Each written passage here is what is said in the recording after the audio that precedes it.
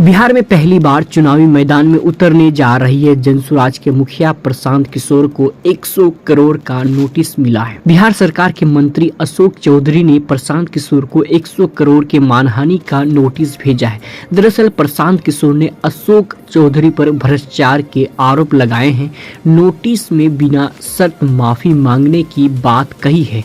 प्रशांत किशोर ने मंत्री अशोक चौधरी पर 200 करोड़ के भ्रष्टाचार का आरोप लगाया था। प्रशांत किशोर के आरोपों पर अशोक चौधरी ने कहा कि प्रशांत किशोर द्वारा लगाए गए निराधार एवं भ्रामक आरोप उनकी घबराहट और बौखलाहट का परिणाम है। इससे पहले भी उन्होंने प्रशांत किशोर पर मानहानि का मामला दायर किया था, जिसके अंतर्गत माननीय मुख्य न्यायिक दंडाधिकारी पटना द्वारा परिवार वाद संख्या 6989/2025 में प्रशांत किशोर को दिनांक 17/10/2025 को पेशी हेतु बुलाया गया है। अशोक चौधरी ने कहा कि न्यायालय से बुलावा आने के बाद प्रशांत किशोर डर गए और उसी घबराहट में प्रेस कॉन्फ्रेंस कर उलझुल एवं झूठे आरोप लगाने लगे। उन्होंने कहा कि प्रशांत किशोर ने जिस तथाकथित 200 करोड़ रुपए की संपत्ति का हवाला दिया है वह सरासर झूठ है। अशोक चौधरी का कहना है कि उनकी बेटी जो समस्तीपुर से सांसद है उसकी छवि धूमिल करने की कोशिश की जा रही है। जिस संपत्ति को लेकर बेनामी का आरोप लगाया जा रहा है वह पूर्णतः निराधार है। अशोक चौधरी ने कहा कि प्रशांत किशोर में न तो राजनीतिक सुचिता है और न ही जनसेवा की कोई दृष्टि।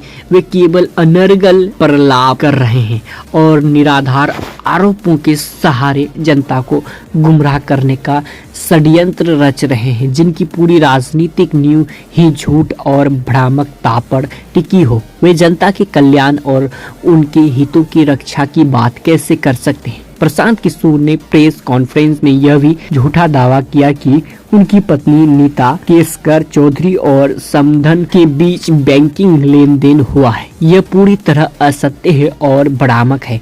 उन्होंने कहा कि इस तरह की मनगढ़ंत बातें करके प्रशांत किशोर केवल जनता को गुमराह कर रहे हैं।